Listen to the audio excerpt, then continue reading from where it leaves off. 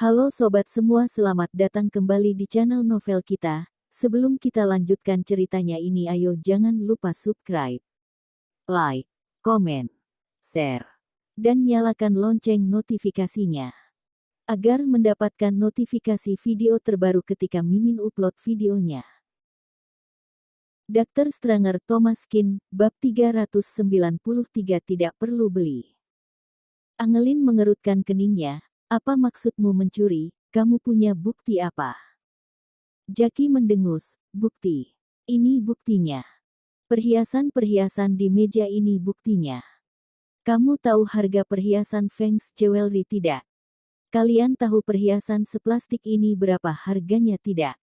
Hanya dia saja, memangnya mampu. Kamu terlalu merendahkan orang lain.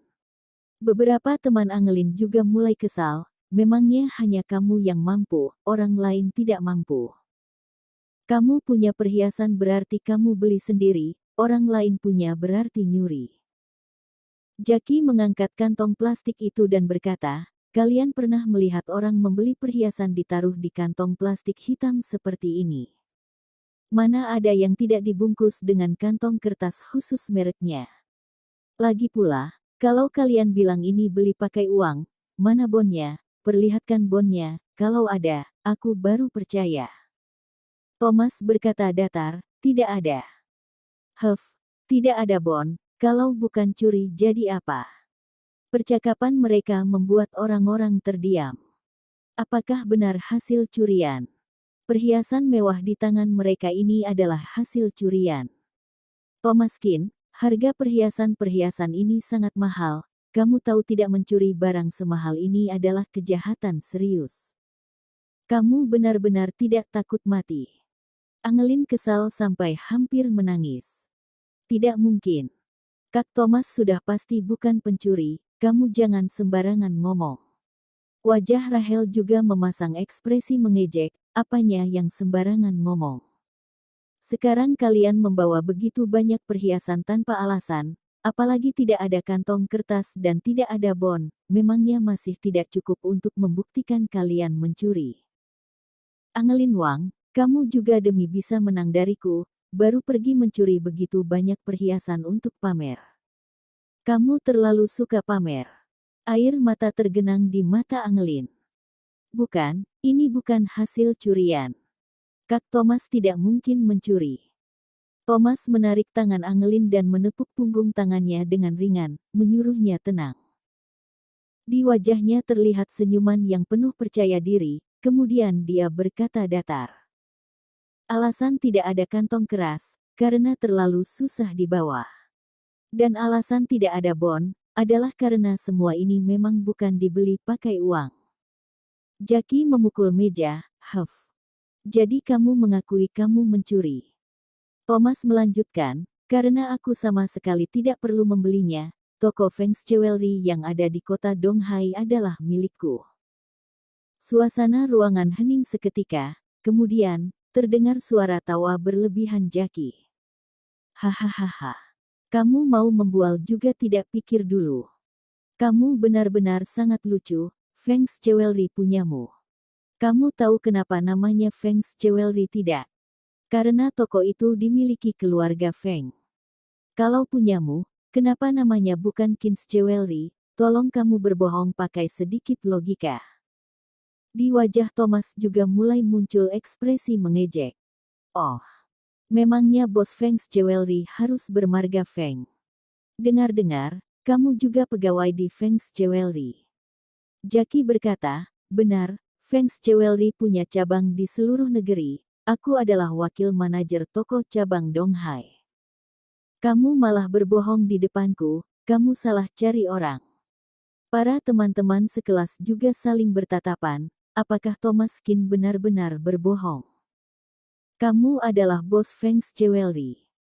Jackie adalah wakil manajer Feng's Jewelry, kalau kamu adalah bosnya, dia mana mungkin tidak mengenalimu. Thomas berkata, kalau begitu, kamu pergi panggil bosmu ke sini. Dr. Stranger Thomas Kin, bab 394 bos baru. Jackie memajukan bibirnya, kemudian berkata merendahkan. Bosku. Kamu pikir kamu siapa? Kamu pikir bosku siapa? Kamu suruh datang sesuka hati. Aku saja beberapa bulan belum tentu bisa bertemu dengannya, kamu membual. Kamu tidak mau panggil, aku panggil. Kemudian, Thomas pun mengeluarkan ponselnya dan menghubungi nomor telepon Hartono Feng, kemudian menekan tombol speaker dan menaruh ponselnya di atas meja. Suasana ruangan lagi-lagi berubah hening, semua orang mendengar dengan teliti, mereka ingin tahu apakah apa yang dikatakan Thomas benar adanya. Beberapa detik kemudian, telepon terhubung. Halo, Tuan Qin. Mendengar suara ini, Jackie seketika membeku, suara ini terdengar familiar, apakah benar ini adalah Direktur Feng? Ada satu orang bernama Jackie Wei, apakah benar dia adalah wakil manajer kalian? Benar, Tuan Qin kenal dengan orang ini. Tidak sampai kenal, dia curiga perhiasan-perhiasan yang kuberikan ke temanku adalah hasil curian. Apa?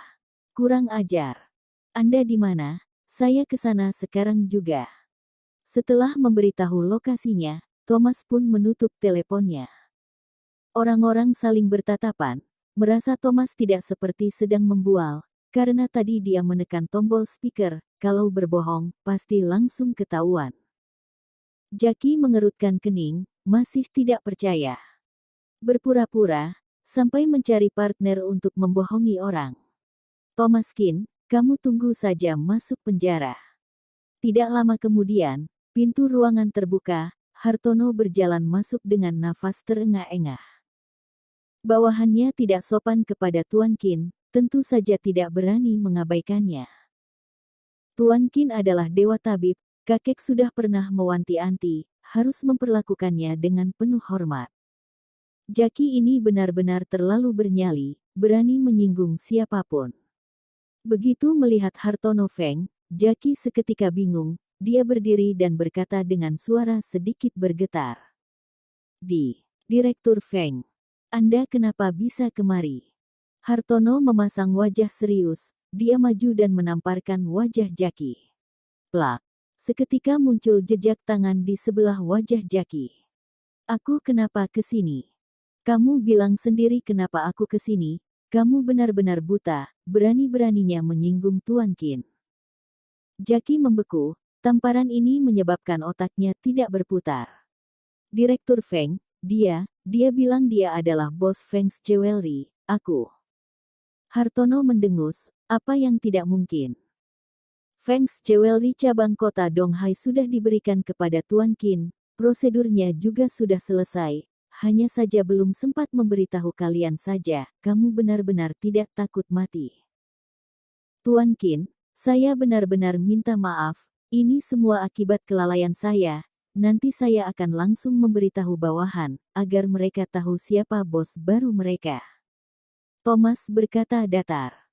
Tidak perlu, begini juga bagus, bisa tahu kepribadian bawahan-bawahan seperti ini. Misalnya yang seperti ini, hanya bisa merusak nama baik. Hartono mengangguk, Tuan Qin, saya mengerti. Hartono berpaling dan menunjuk ke arah Jackie. Jackie Wei, kamu sudah dipecat dari perusahaan besar Feng, mulai sekarang kita tidak berhubungan sama sekali.